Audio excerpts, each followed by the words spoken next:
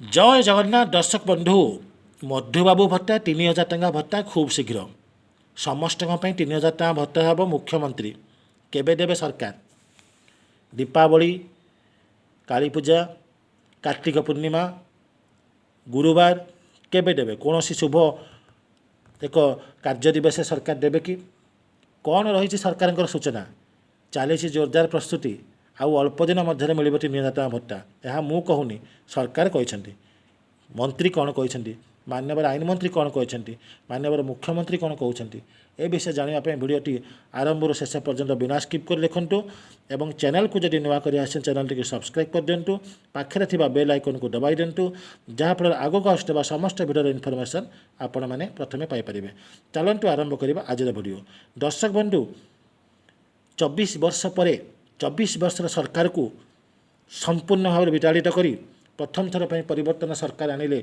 ओडिशार जनसाधारण कहीं आनिले सरकार परिवर्तन करिकी कहीं सरकार एभली भाव लोभनीय स्कीम रखिंट लोक मान मन लोभ है प्रथम लोभनीय स्कीम कौन रखिंट ना सरकार कही कि आम जो सरकार को आसबू सबू महिला मानक 50,000 टका देव सुभद्रा योजना द्वितीय लोभनीय जिन रखिले जो मैंने 1,000 टका भत्ता पाँच आम सरकार को आसिले से आउ 2,000 टका अधिक देवु 3,000 टका भत्ता देवु या शुणी किए लोभ न कर कहले आज्ञा जेतेक महिला अच्छा आज्ञा जेतेक महिला समितिर लोक थे पूर्व सरकार समय से मन लोभ है अरे हे आम जदि ए सरकार को भोट देके जितेदेबू ताहले आम 50,000 टका पाइबू खाली मागणा 50,000 टका कौन लोन फोन ना कि इंटरेस्ट सुझार किसी ना से पैसा खाली मागणा फ्री ऑफ कॉस्ट मिल एमाने बुद्ध बुद्ध विकलांग असहाय विधवा भत्ता हिताधिकारी से चिंता कले अरे हे आम जब 1,000 टका मिलूँ आउ बढ़ू ना अरे 2,000 टका मिले 3,000 टका भत्ता पाइब सरकार पाइब आम पद्म फूल भोट मार जा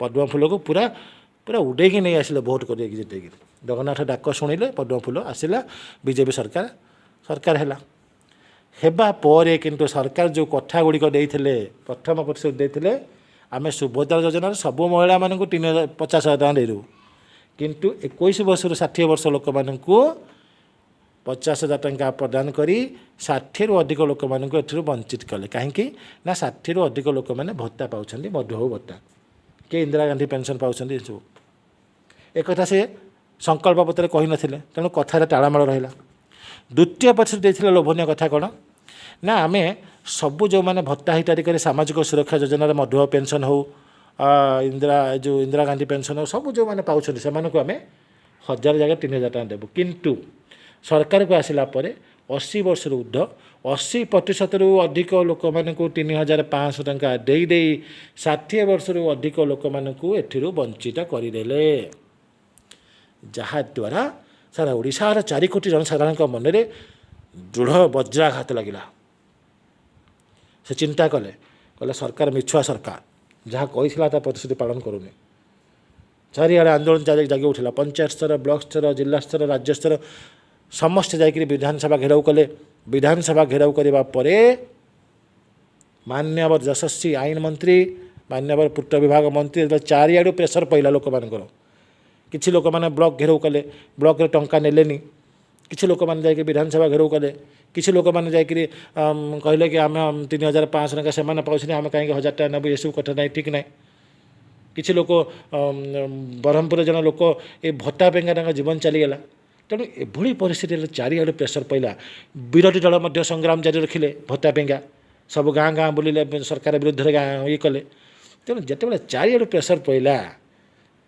सरकार तरफ मान्यवर आईन मंत्री विभागीय मंत्री न होई मध्य सामाजिक सुरक्षा मंत्री होते नित्यानंद गंड सार किंतु विभागीय मंत्री न होई मध्य अन्य विभागर मंत्री होई मध्य वरिष्ठ नागरिक प्रति तांकर अंतररू सम्मान जनाई कही कि आमे प्रतिश्रुति देइथिलु 80 वर्ष ऊर्ध्व लोक मानक देदेबु टंका देदेबु देइछु 3,500 टका आम देइछु किंतु 60 वर्ष 80 लोक मैंने जो मन में अशांति होती सरकार कहीं दौना केबे देवे कौन जो मन द्वंद्व रही आम दूर करुचु आम से खूब शीघ्र जोरदार प्रस्तुति चली चलित आर्थिक वर्ष आपण मैंने जानी चलित आर्थिक वर्ष कहले कौन आज्ञा 2025 एप्रिल 1 रु आरंभ कर 2026 ମାର୍ଚ୍ଚ 31 ପର୍ଯ୍ୟନ୍ତ ଗୋଟିଏ ଆର୍ଥିକ ବର୍ଷ ହୋଇଥାଏ। ଚଳିତ ଆର୍ଥିକ ବର୍ଷର ଶେଷ ସୁଦ୍ଧା ଆମେ ବଜେଟ୍ ଉପସ୍ଥାପନ କରି 60ରୁ 80 ବର୍ଷ ଲୋକମାନଙ୍କୁ 3,000 ଟଙ୍କା ଭତ୍ତା ଦେଇଦେବୁ।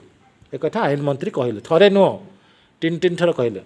ପ୍ରଥମେ କହିଲେ କଟକର ବୁଦ୍ଧିଜୀବୀ ସମ୍ମିଳନୀରେ, ଯାହାର ଆପଣମାନଙ୍କର ଖବର ଦେଖନ୍ତୁ, ବୁଦ୍ଧିଜୀବୀ ସମ୍ମିଳନୀରେ ଆଇନ ମନ୍ତ୍ରୀ ପୃଥ୍ୱୀରାଜ ଚୌହାନଙ୍କ ସୂଚନା। ତାପରେ ବାଲୁଗାଁରେ ଏକ ମିଟିଂ ଅନୁଷ୍ଠିତ ହୋଇଥିଲା। ବାଲୁଗାଁରେ ମଧ୍ୟ ମାନ୍ୟବର ଯଶସ୍ୱୀ ଆଇନ ମନ୍ତ୍ରୀ କହିଥିଲେ କି ଆମେ 3,000 ଟଙ୍କା ଭତ୍ତା ଚଳିତ ବର୍ଷ ଆମେ ଦେଇଦେବୁ। ଶୀତକାଳୀନ ଅଧିବେଶନ କି ନା ଶେଷ ଅଧିବେଶନରେ ଆମେ ଏକ ବଜେଟ୍ ଉପସ୍ଥାପନ ହେବ। କାହିଁକିନା 4 ଲକ୍ଷ ଲୋକମାନଙ୍କୁ 3,500 ଟଙ୍କା ମିଳୁଛି। ଆଉ ଯେଉଁ 50 ଲକ୍ଷ ଲୋକ ସେମାନଙ୍କ ପାଇଁ ବଜେଟ୍ ଉପସ୍ଥାପନ ହେବ ନା। କାହିଁକିନା 50 ଲକ୍ଷଙ୍କ ପାଇଁ 3,000 ଟଙ୍କା ଭତ୍ତା ହେଲା ବେଳକୁ କେତେ ଟଙ୍କା ବଜେଟ୍ ଆପଣ ଅନୁମାନ କରନ୍ତୁ। ଯାହା ହେଉ ନା କାହିଁକି ଅନ୍ୟ ରାଜ୍ୟମାନଙ୍କ ଦେଉଛନ୍ତି ନା। କେରଳରେ 6,000 ଟଙ୍କା ଦେଉଛନ୍ତି, ତେଲେଙ୍ଗାନାରେ 4,000 ଟଙ୍କା ଦେଉଛନ୍ତି, ବିହାରରେ ଦେଉଛନ୍ତି, ଛତିଶଗଡ଼ରେ, ସବୁ ରାଜ୍ୟରେ ଭତ୍ତା ଟଙ୍କା ବଢ଼ି ଚାଲିଛି। 1,000 ଟଙ୍କା ଲୋକ ଚଳିବ କିଭଳି? ତେଣୁ ଯାହା ହେଉ ନା କାହିଁକି ସରକାର ସମସ୍ତଙ୍କର କଳ୍ପନା ଜଳ୍ପନାର ଜବନିକା ପକାଇଦେଲେ ଏବଂ ମାନ୍ୟବର ଆଇନ ମନ୍ତ୍ରୀ ଯେ 3 ଥର କହିଲେ, ଲୋକମାନେ କହିଲେ ଆଇନ ମନ୍ତ୍ରୀ କହୁଛନ୍ତି କାହିଁ ବିଭାଗୀୟ ମନ୍ତ୍ରୀ ଦିନେ ହେଲେ ପାଟି ପିଟୁନାହାନ୍ତି। ବିଭାଗୀୟ ମନ୍ତ୍ରୀ ନିତ୍ୟାନନ୍ଦ ଗଣ୍ଡଜୀ ଦିନେ ହେଲେ ପାଟି ପିଟେଇ ନାହାନ୍ତି କେବେ ଭତ୍ତା ମିଳିବ ବୋଲି। କିନ୍ତୁ ଯେତେବେଳେ ଆଇନ ମନ୍ତ୍ରୀ କହିଦେଲେ କି ଆମେ 3 ଥର କହିଦେଲେ ଆମେ ଦେଇଦେବୁ, ଲୋକଙ୍କ ମନରେ ଟିକେ ଆଶା ହେଲା। କାହିଁକି ନା ଆଇନ ମନ୍ତ୍ରୀ ଗୋଟେ ସମସ୍ତଙ୍କର ଗୋଟେ ସମ୍ମାନ ଭାବ ରହିଛି। କାହିଁକିନା ସେ ଜଣେ ସୁଯୋଗ୍ୟ ସନ୍ତାନ, ସେ ଜଣେ ଆଇନଜ୍ଞ। ଆଇନ ମନ୍ତ୍ରୀ ସେ ମାହାଳିଆ କହିନାହାନ୍ତି, ଆଇନଜ୍ଞ ଜଣେ ସିନା ହେଲା। ତେଣୁ ସେ ହେଉଛନ୍ତି ପୂର୍ବତନ ରାଜ୍ୟପାଳ ଶ୍ରୀଯୁକ୍ତ ବିଶ୍ୱଭୂଷଣ ହରଚନ୍ଦନଙ୍କର ସୁଯୋଗ୍ୟ ପୁତ୍ର। ସିଏ କହିସାରିଲା ପରେ ମାନ୍ୟବର ଯଶସ୍ୱୀ ମୁଖ୍ୟମନ୍ତ୍ରୀ ସେପ୍ଟେମ୍ବର 22 ତାରିଖରେ ନିଶାମୁକ୍ତି ଆନ୍ଦୋଳନ ଅବସରରେ ସାରା ରାଜ୍ୟରେ ଯେତେବେଳେ ଗଣଦୌଡ଼ ଅନୁଷ୍ଠିତ ହୋଇଥିଲା, ସେ ଗଣଦୌଡ଼ରେ ମାନ୍ୟବର ମୁଖ୍ୟମନ୍ତ୍ରୀ କହିଦେଲେ କି ଆମେ ଗଣଦୌଡ଼ ସମୟରେ କଳିଙ୍ଗ ଷ୍ଟାଡ଼ିୟମରୁ ଦୌଡ଼ ସମୟରେ ମେ ଫେୟାର ଛକ ନିକଟରେ ଏକ ଚା ଦୋକାନରେ ମୁଖ୍ୟମନ୍ତ୍ରୀ ବସିଥିଲେ, ଆସିକି ଚା ପିଉଥିଲେ। ଚା ପିଇବା ସମୟରେ ଜଣେ ମହିଳା ମୁଖ୍ୟମନ୍ତ୍ରୀଙ୍କୁ ଅନୁରୋଧ କଲେ, କହିଲେ ଆଜ୍ଞା ଆମର ଯେଉଁ 3,000 ଟଙ୍କା ଭତ୍ତା କେବେ ପ୍ରଦାନ କରିବେ? ବହୁତ କଷ୍ଟ ହେଉଛି 1,000 ଟଙ୍କା ଚଳିବାରେ। ମୁଖ୍ୟମନ୍ତ୍ରୀ କ'ଣ କହିଥିଲେ ଆପଣମାନେ ଦେଖନ୍ତୁ। ରାସ୍ତା କଡ଼ରେ ଚା ପିଇଲେ, ଛୁଆଙ୍କ ସହ ମଜା କଲେ, ସମସ୍ତଙ୍କ ପାଇଁ 3,000 ଟଙ୍କା ଭତ୍ତା ହେବ ବୋଲି ମୁଖ୍ୟମନ୍ତ୍ରୀ କହିଦେଲେ। କଳିଙ୍ଗ ଷ୍ଟାଡ଼ିୟମରୁ ମୁଖ୍ୟମନ୍ତ୍ରୀ ମୋହନ ମାଝୀ ସାଧାରଣ ଲୋକଙ୍କ ସହିତ ଦୌଡ଼ିଥିଲେ। ପରେ ମୁଖ୍ୟମନ୍ତ୍ରୀ ମେ ଫେୟାର ହୋଟେଲ ନିକଟସ୍ଥ ଅର୍ଜୁନ ଚା ଦୋକାନରେ ଅଟକିଥିଲେ।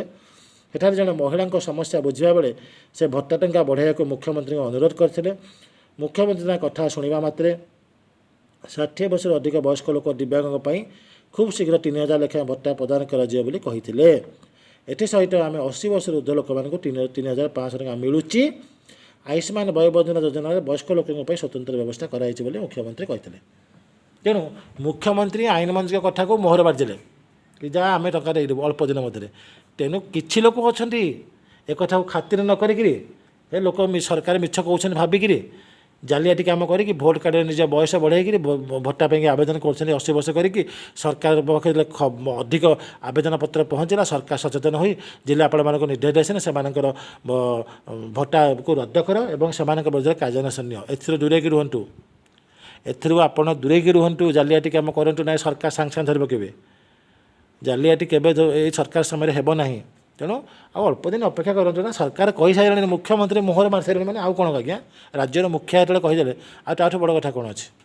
ତେଣୁ ଅପେକ୍ଷା କରନ୍ତୁ ଏବଂ ସରକାର ଯାହା ପ୍ରତିଶ୍ରୁତି ଦେଇଥିଲେ ତାକୁ ପାଳନ କରିବାକୁ ଯାଉଛନ୍ତି। ଆଉ 2-3 ମାସ ମଧ୍ୟରେ ଯାହା ଲାଗୁଛି ଜାନୁଆରୀ 2026ରେ ସରକାର 60ରୁ 80 ବର୍ଷ ଲୋକମାନଙ୍କୁ ଦେଇପାରନ୍ତି। କାହିଁକି ନା ଜାନୁଆରୀ 2025ରେ 80 ବର୍ଷରୁ ଉର୍ଦ୍ଧ୍ୱ ଲୋକମାନଙ୍କୁ ଦେଇଦେଲେ 3,500। ଜାନୁଆରୀ 2026ରେ ନୂଆବର୍ଷ ଭେଟି ଦେବେ ସରକାର। ଏହା ଥିଲା ସବୁଠାରୁ ବଡ଼ ଖବର ଆପଣମାନଙ୍କ ପାଇଁ। ଭିଡ଼ିଓ ଯଦି ଭଲ ଲାଗିଲା ନିଶ୍ଚିତ ଭାବରେ ଲାଇକ୍ କରିଦେବେ, ଚ୍ୟାନେଲଟିକୁ ସବସ୍କ୍ରାଇବ୍ କରିଦେବେ। ରହୁଛି, ଜୟ ଜଗନ୍ନାଥ।